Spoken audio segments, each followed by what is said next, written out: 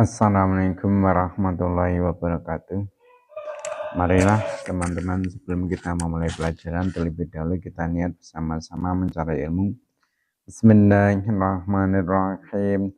Nawaitu talabal ilmi izalatan jali an namsin an sairi juhali wa ihya'ad dini wa ibqa al-islami bil ilmi wa darul akhirati Waradhamullahi ta'ala wa syukran ala nikmatil aqli wa nikmatil syahadil badani fadlan la talam ila hadratina bil mustafa syedina Muhammadin sallallahu alaihi wasallam wa ala alihi wa sahbihi wa azwajihi wa dzurriyyatihi wa ahli baitikal mana khususan khusatan ila musma'ata kitab tasnuk khalaq sahabat asana wa masunti wa jimitan amidi wa musyikhina wa musyikhina wa ma'alif lakutam alati ta'alamna wa lamna sya'ala ta'ala lahumul fatihah. A'udzu billahi minasyaitonir rajim. Bismillahirrahmanirrahim. Alhamdulillahirabbil alamin. Arrahmanir rahim. Maliki yaumiddin. Iyyaka na'budu wa iyyaka nasta'in.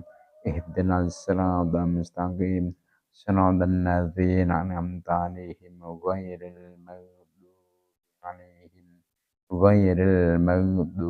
'alaihim waladdallin. Rabbi firli wa liwalidayya mu'minina amin. Mari kita teruskan bacaan kita hari ini, yaitu kitab Tasrul Khalaq, yang mana insyaallah untuk hari ini akan menerangkan tentang bab az-zulmu atau bab aniaya.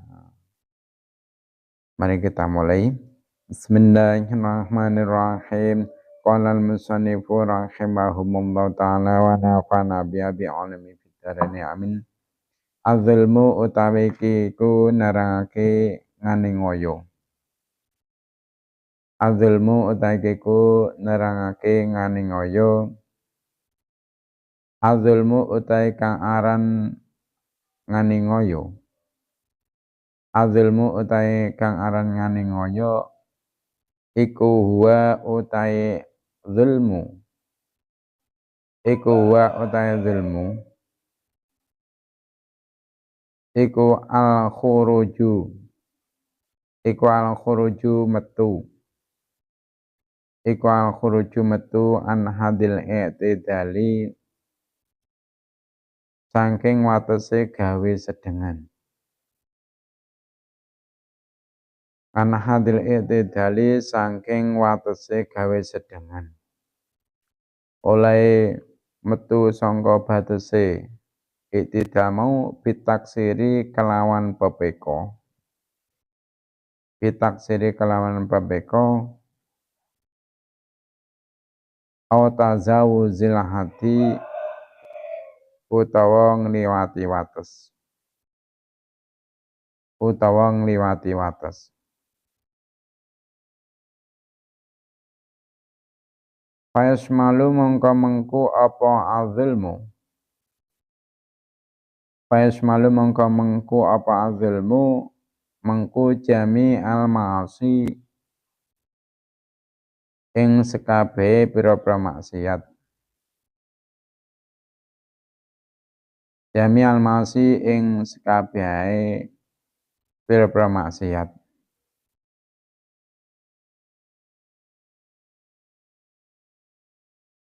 Wa ya'umulan sumrambah apa azulmu.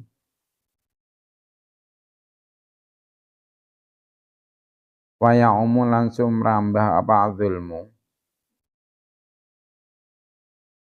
Anwa ar-radha'ili ing pira-pira wernane pira-pira sifat asor.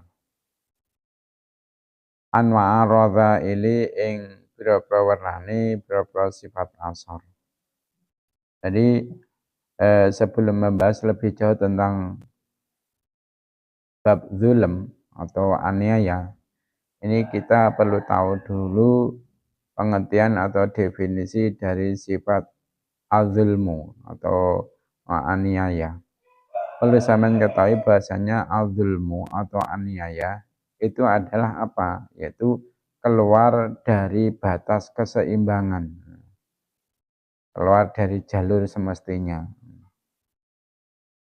Yang disebabkan apa? Disebabkan gegabah atau kecerobohan atau melewati batas. Sehingga zulmu atau aniaya itu memuat semua bentuk kemaksiatan. Baik kemaksiatan kepada diri sendiri ataupun kemaksiatan terhadap orang lain. Dan menjadi tersebarnya berbagai macam keburukan.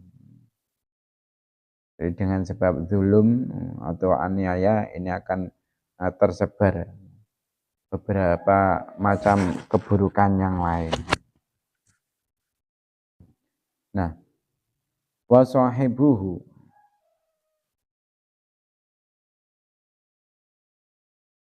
utawi wong kang anduweni zulmu.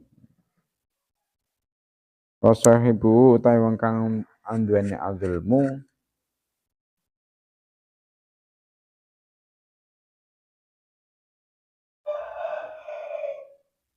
wa sahibu utawi wong kang anduweni zulmu iku imal zalimun. Iku imal zalimun ana kalane ngani ngoyo. Iku imal zalimun ana kalane ngani ngoyo li nafsi maring awak diwini sahibuhu. Li nafsi maring awak dini sahibuhu. Al zalimun utawa wong kang ngani ngoyo.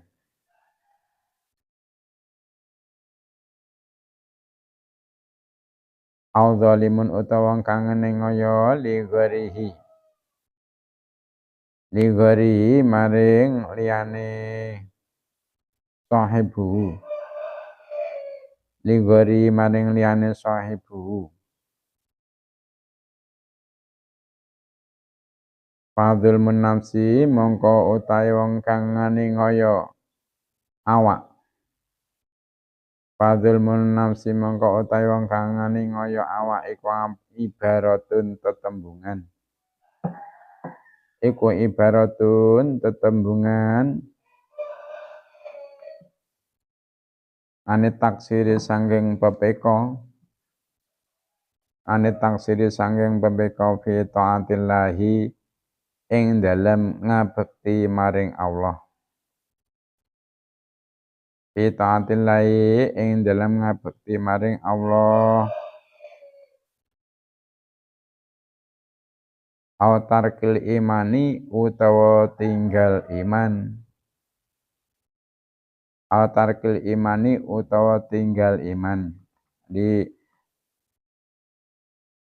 orang yang memiliki zulm atau yang melakukan aniaya itu ada kalanya yaitu zalim kepada dirinya sendiri. Dan ada kalanya dia itu zalim kepada orang lain.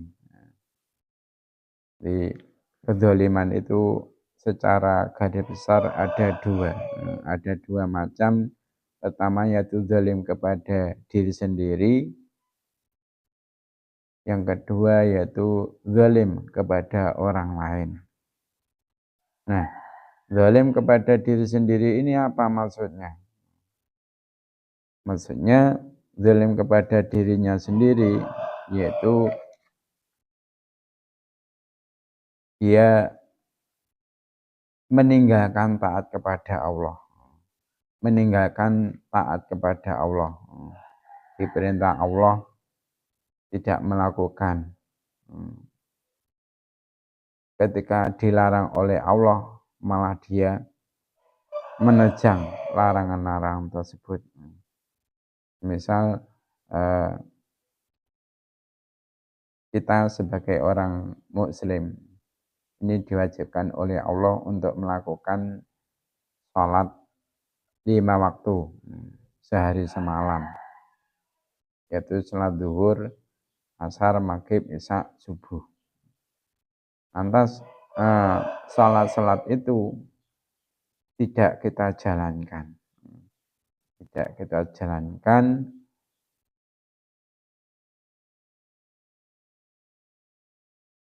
dan kita tidak menjalankannya itu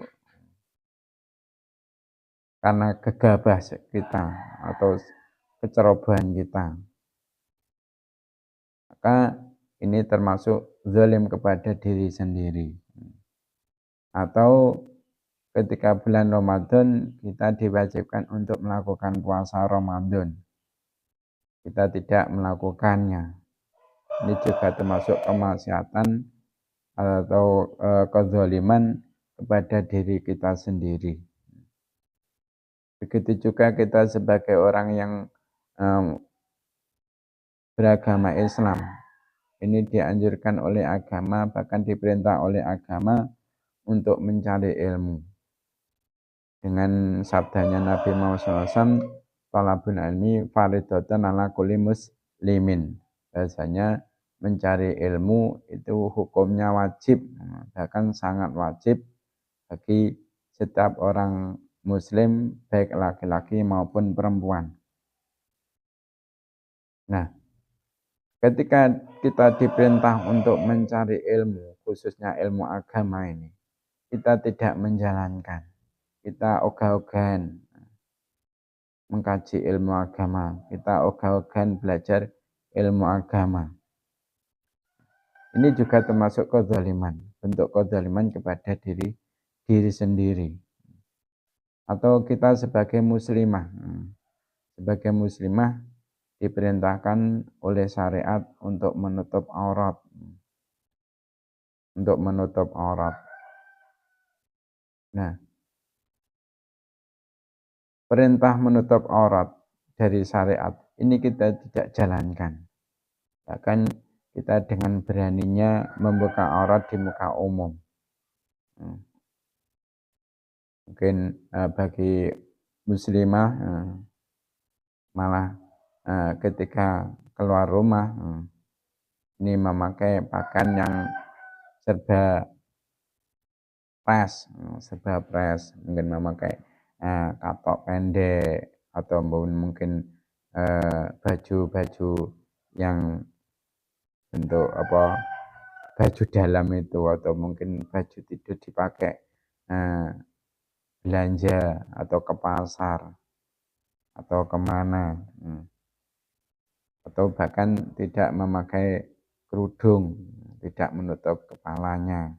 Ini juga termasuk kezaliman kepada diri sendiri. Nah, atau meninggalkan iman kepada Allah. Jadi diperintah untuk beriman kepada Allah, dia tidak beriman. Nah, orang mukallaf itu siapa? Yaitu orang yang sudah terpenuhi syarat-syarat mukallaf yang ada 4. Pertama apa? Pertama yaitu orang tersebut sudah baligh. Bagi laki-laki tanda baligh ada 2, yaitu keluarnya sperma. Yang kedua yaitu genapnya umur 15 tahun Hijriah. Baik dia keluar mani ataupun tidak, asalkan sudah berumur 15 tahun Hijriah, maka dia sudah baligh. Kalau perempuan tanda balighnya ada berapa? 3. Pertama apa? Yaitu keluarnya darah haid setelah umur 9 tahun kurang sedikit, yaitu kurang 16 hari, 16 hari, kurang 1 menit, dia kok makan darah genap 24 jam dan memenuhi rumus-rumus haid yang telah kita pelajari, yang ada 5, maka belum berumur 15 tahun, asalkan sudah berumur itu tadi, mengeluarkan darah, memenuhi rumus-rumus haid, maka dia sudah kategori baligh. Kedua yaitu tanda baligh bagi seorang muslimah, seorang perempuan, yaitu keluarnya sperma. Yang ketiga yaitu genapnya umur 15 tahun. Jika belum keluar darah haid, belum keluar mani, tapi sudah berumur 15 tahun hijriah, maka perempuan ini sudah balik. Nah, syarat yang kedua, syarat dari mukallaf yang kedua yaitu apa? Sehat akalnya. Akalnya sehat, maksudnya apa? Tidak gila, tidak ayan. Yang ketiga syaratnya apa? Yaitu berfungsi panca inderanya, minimal mata dan telinga. Telinganya berfungsi, bisa mendengarkan suara-suara, matanya juga berfungsi untuk melihat setiap perkara yang ada. Dan keempat apa? Yaitu sudah sampai padanya dakwah Islam. Maka ketika syarat mukallaf ini sudah terpenuhi, empat ini sudah terpenuhi, dia kewajiban selanjutnya apa? Yaitu beriman. Beriman kepada Allah Subhanahu wa taala dan memeluk agama Islam. Maka jika ada orang yang sudah terpenuhi syarat empat ini kok tidak iman kepada Allah, berarti dia zalim kepada dirinya sendiri. Kenapa? Karena orang-orang yang saya contohkan mulai dari awal tadi, ini termasuk apa? Dengan sebab dia itu zalim kepada dirinya sendiri, dia akan mendapatkan siksanya Allah di akhirat. Dia akan dimasukkan nerakanya Allah Subhanahu wa taala, dan dengan sebab itu maka dia kategori orang yang zalim kepada dirinya sendiri atau bermaksud kepada dirinya sendiri. Nah, golongan yang kedua, orang yang zalim siapa? Yaitu orang yang zalim kepada orang lain. Wa dzulmul ghairi utai ngani ngoyo wong liya. Wa dzulmul ghairi utai ngani ngoyo wong liya iku ibaratun tetembungan. Iku ibaratun tetembungan anit tafriti saking pepeko. Anit tafriti saking pepeko fi hakihi ing dalem hake ghair. Fi haki ing dalem hake ghair. Contohnya kaidah jari kaya dene nglarani tangga. Kaidah jari kaya dene nglarani tangga wa ihanatid dhaifi lan ngani ngoyo tamu. Wa ihanatid dhaifi lan ngani ngoyo tamu. Waftira il kadhibi. Waftira il kadhibi lan gawe-gawe goroh. Waftira il kadhibi lan gawe-gawe goroh. Wal ghibati lan ngrasani. Wal ghibati lan ngrasani. Wan nami mati lan adu-adu. Wan nami mati lan adu-adu. Nah, golongan zalim yang nomor 2, yaitu orang yang zalim, berbuat aniaya kepada orang lain. Nah, zalim kepada orang lain ini adalah merupakan ungkapan yaitu melalaikan hak orang lain. Melalaikan hak orang lain. Contohnya apa? Yaitu menyakiti tetangga. Menyakiti tetangga. Kita dianjurkan oleh syariat terhadap tetangga kita apa? Yaitu dianjurkan untuk memuliakan tetangga kita.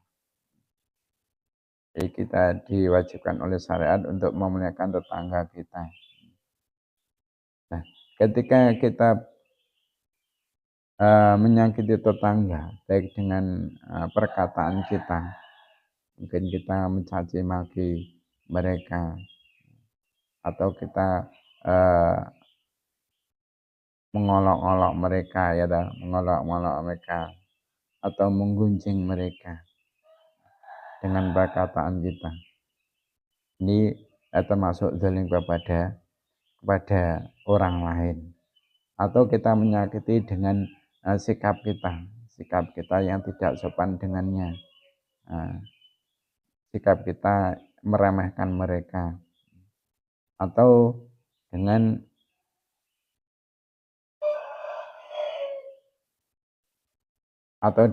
tangan kita, tangan kita menyakiti tetangga dengan tangan kita menyebarkan aibnya tetangga melalui medsos, kita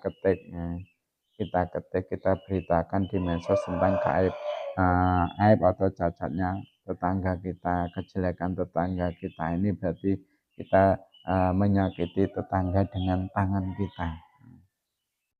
Jadi menyakiti tetangga itu bisa dengan perkataan ataupun sikap ataupun dengan perbuatan kita. Contohnya apa? Yaitu dengan tangan kita yang kita punya HP, kita sebarkan aib tetangga kita dengan HP tersebut. Ini juga termasuk zalim kepada orang lain. Dan juga yaitu termasuk kezaliman kepada orang lain, yaitu merendahkan atau menghina tamu yang datang pada kita.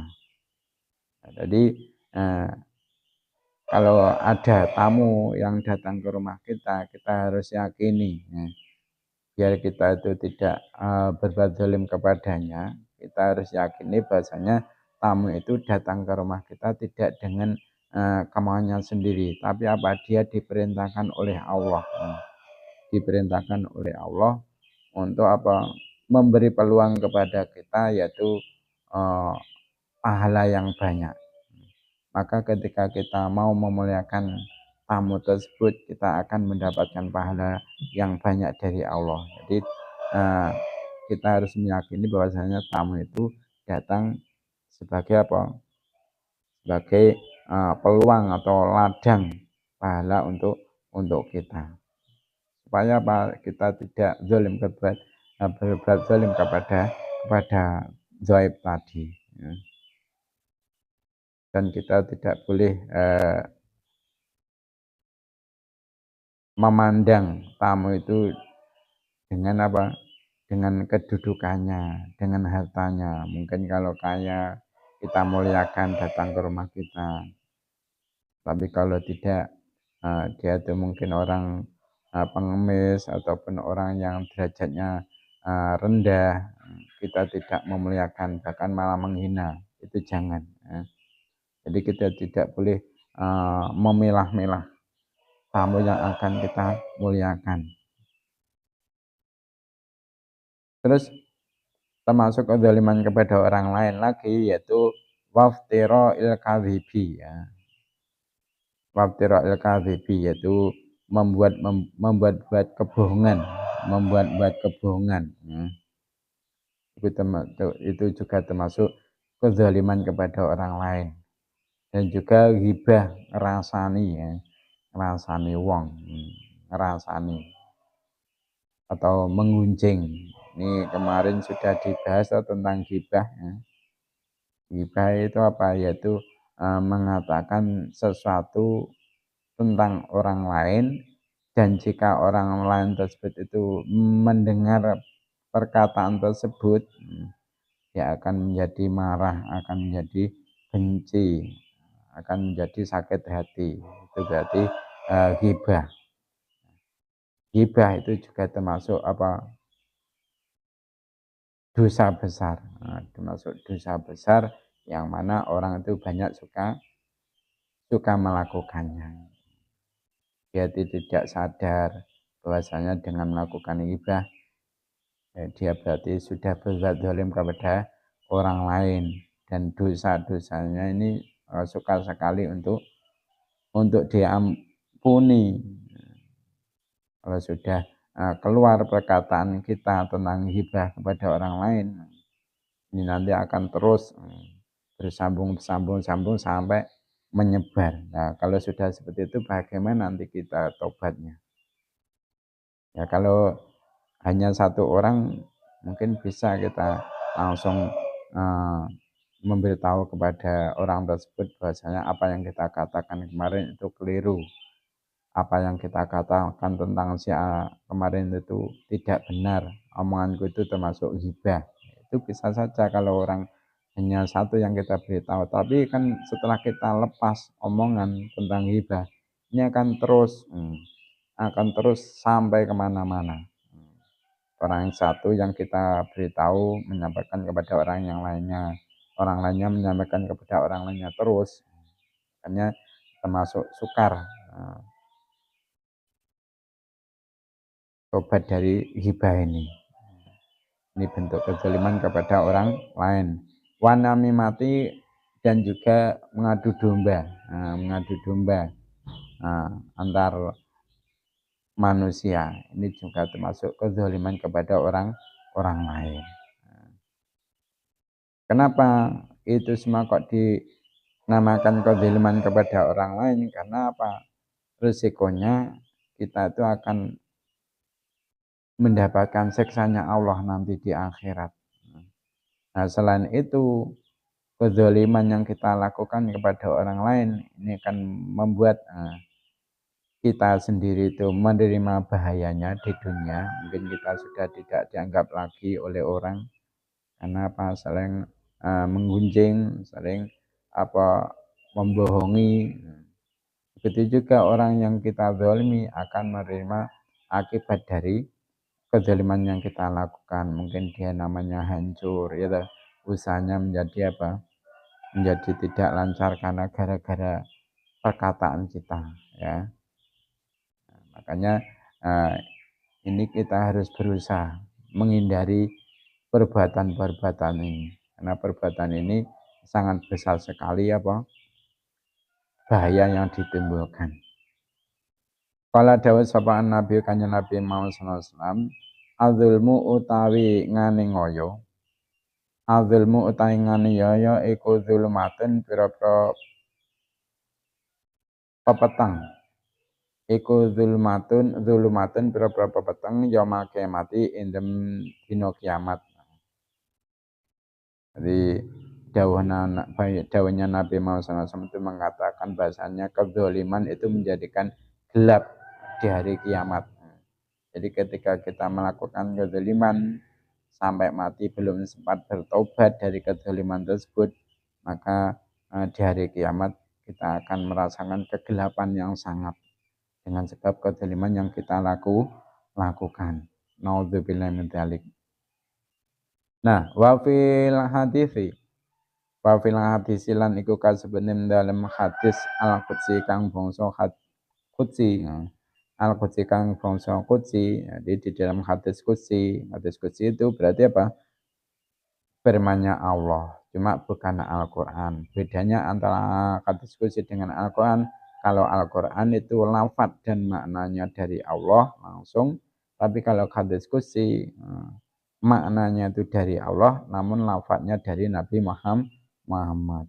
Nah, di dalam hadis qudsi disebutkan ya ibadihi pira-pira kawula ingsun. Ya ibadi pira-pira kawula ingsun ini temen sedune ingsun iku haram tu ngaramake sapa ingsun. Iku haram tu ngaramake sapa ingsun adzulma ing ngoyo. Anan nafsi ing ngatasi awak dhewe ingsun. Ala nafsi ing atase awak dhewe ingsun wa ja'atu lan dadake sapa ingsun ing zulm wa ja'atu lan dadake sapa ingsun ing zulm benakum indem antarane sira kabeh muharraman ingkang den haramake fala tadzalamu mongko aja ngani ngoyo sapa sira kabeh. Fala tadzalamu mongko aja nganiaya sapa sira kabeh. Jadi di dalam hadis qudsi Allah berfirman, wahai hamba-hambaku, sesungguhnya aku mengharamkan kezaliman terhadap diriku sendiri. Jadi Allah itu tidak pernah melakukan kezaliman. Allah itu tidak pernah zalim. di apa yang Allah terangkan di Al-Quran tentang janji-janji orang yang berbuat amal baik akan dibalas dengan kebaikan, orang yang berbuat maksiat akan dibalas dengan kemaksiatannya tersebut, adanya surga, adanya neraka, yang mana surga itu diperuntukkan orang-orang yang baik, neraka diperuntukkan orang-orang yang kafir, yang berbuat jelek. Itu semua benar apa adanya. Jadi kita sebagai orang muslim harus yakin bahwasanya apa yang dijanjikan oleh Allah semuanya akan ditepati oleh Allah. Tentang rezeki kita sudah dijamin oleh Allah, ini juga kita harus yakin bahwasanya ketika Allah sudah berkata pasti oleh Allah akan dibuktikan perkataan tersebut. Dan juga Allah menjadikan perbuatan zalim di antara kalian itu sebagai perkara yang diharamkan. Jadi zalim itu termasuk dosa, dosa. Maka fala tadzalamu, janganlah kalian saling berbuat zalim kepada sesama. Itu saja mungkin pertemuan kali ini yang dapat saya sampaikan. Untuk selanjutnya yaitu sesi tanya jawab. Pertanyaan nomor 1, apa pengertian dari zalim? Pertanyaan nomor 2, zalim itu ada berapa macam? Pertanyaan yang nomor 3, zalim pertama itu zalim kepada siapa? Pertanyaan yang nomor 4, zalim yang kedua itu zalim kepada siapa? Yang nomor 5, pertanyaan yang nomor 5, contohkan kezaliman kepada diri sendiri. Itu saja, mari kita tutup dengan membaca doa kafaratul majelis. Subhanakallahumma wa bihamdika asyhadu an la ilaha illa anta astaghfiruka wa atubu ilaik. Assalamualaikum warahmatullahi wabarakatuh.